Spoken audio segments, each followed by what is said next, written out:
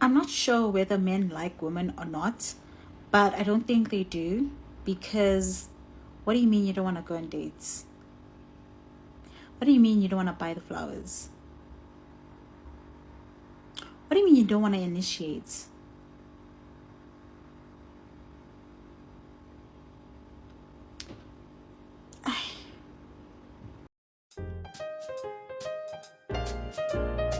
When you type, "why is my wife yelling at me" on Google, it'll give you a list of potential triggers such as her feeling unheard, financial stress, mental health struggles, etc. But when you ask, "why is my husband yelling at me?" it instead assumes that he's abusive and gives women a domestic violence hotline to call. I wonder why that is. Why is it that a rich man would change a broke woman's life, but a rich woman is less likely to give a broke man a chance? Now that depends on the person, because you can maybe feel in your heart like, I'm helping this person, getting them off their feet. But once you get them off their feet and, they damn throw that person to the side because of how they're feeling, they feel like they done bossed up. Like, it just depends on the person. And men get comfortable. Like, in the beginning we try to hold you guys down, and then y'all start getting comfortable and want us to take over the role. And then it's just like, okay, what are your goals? Why are you still being the same? Like, why are you not trying to level up? Like, I'm not your mom. I'm not here to take care of you. I'm trying to boss up with you. We're trying to boss up together. Yeah, like we're trying to do things together, not me doing things for you because you don't want to get out and do it. I think that goes back to traditional gender roles when the man brought home the bacon, so to say. Depending on the woman, if she's conforming to those traditional gender roles, then she would prefer for a man to take care of her versus her taking care of a man. All the nice guys out there, just go up to her. Whoever she is, whoever you're thinking about right now, just go up to her. And I'm saying the nice guys out there because if you are a player, this message is not for you. You are already too cocky. You've been ruining it for everybody. So you sit down, sir. You sit down. But the nice guys that are genuinely worried about, the whole situation, and so you don't put yourself out there, most of what we're introduced to is the cocky ones. The ones that are playing games. Because that's what they practice and that's what they do. And now all the women are in hiding. We are in hiding. I am in hiding. I have been in hiding for like 6 years. I'm serious. I have not dated in 6 years because I have been traumatized by men. But the problem is that it's all the cocky ones that come up to you. If you are a nice guy, go up to her, for God's sakes. Change the pattern for all of us, for the future. Your little moment of taking that risk could literally change the trajectory of our future by reintroducing women to nice guys instead of dicks. That's it for me this morning. Okay, love you, bye. Kamala Harris needs to bring back the draft ASAP.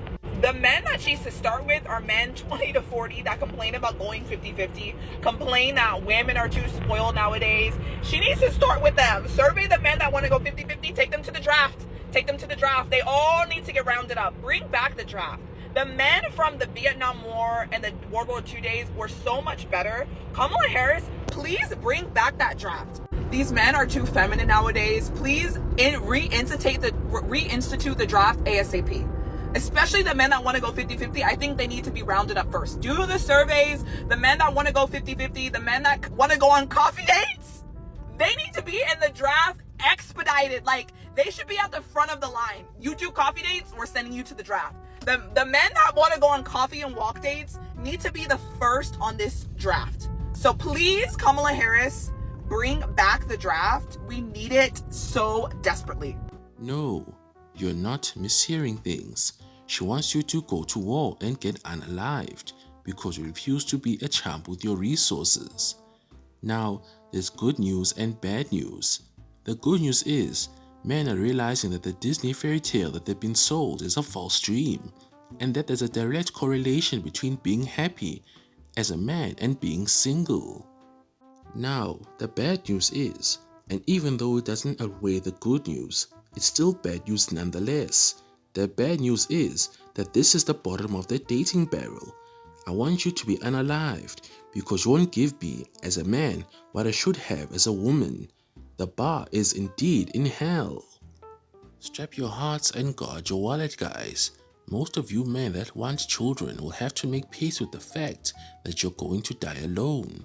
Outside surrogacy, chances are slim that you'll have kids and not have to worry about getting financially skewered by these parasites. And oddly enough, the same females that share her viewpoints, which is, if we're being honest, 95% of women are feminists. Yet, if war were imminent, these same females would be nowhere to be found. Alrighty everyone, don't forget to like and subscribe and comment. Until next time. I swear to God, if one more woman comes on this app and says what a wonderful, exceptional, phenomenal husband or boyfriend she has, and then describes him as kind, nice, reliable, responsible, cleans, does laundry, helps around the house, is good and kind with his kids, plays with his kids, never shouts, doesn't get angry and aggressive, communicates, buys flowers, pays for things, opens doors, wants to celebrate holidays, remembers birthdays, remembers anniversaries, is patient, is understanding, and then we all collectively applaud with joy, I'm going to fucking lose my shit. Because you're telling me that this man is considered to be exceptional, phenomenal, wonderful, and you cannot believe to have met him and to have him as your boyfriend or as your husband, and you just described a standard, normal human person. How important is height when it comes to dating? Oh, that's very important. I know a guy, he likes me, but because of his height. He's in the friend zone. Yeah. So there's a guy that likes you, but he's short. Yeah. You don't like him that way because of his height, but he's a nice guy. Yeah. So you have him in the friend zone right now. Yeah, he's my friend, I told him. But he has hopes of having something more. Yeah. Well, I told him. He's persistent. Yeah, he's been doing it for 3 years, so I don't know if he's going to lose hope. Wow. If you feel it, you feel it. If you don't, you don't. It's that simple.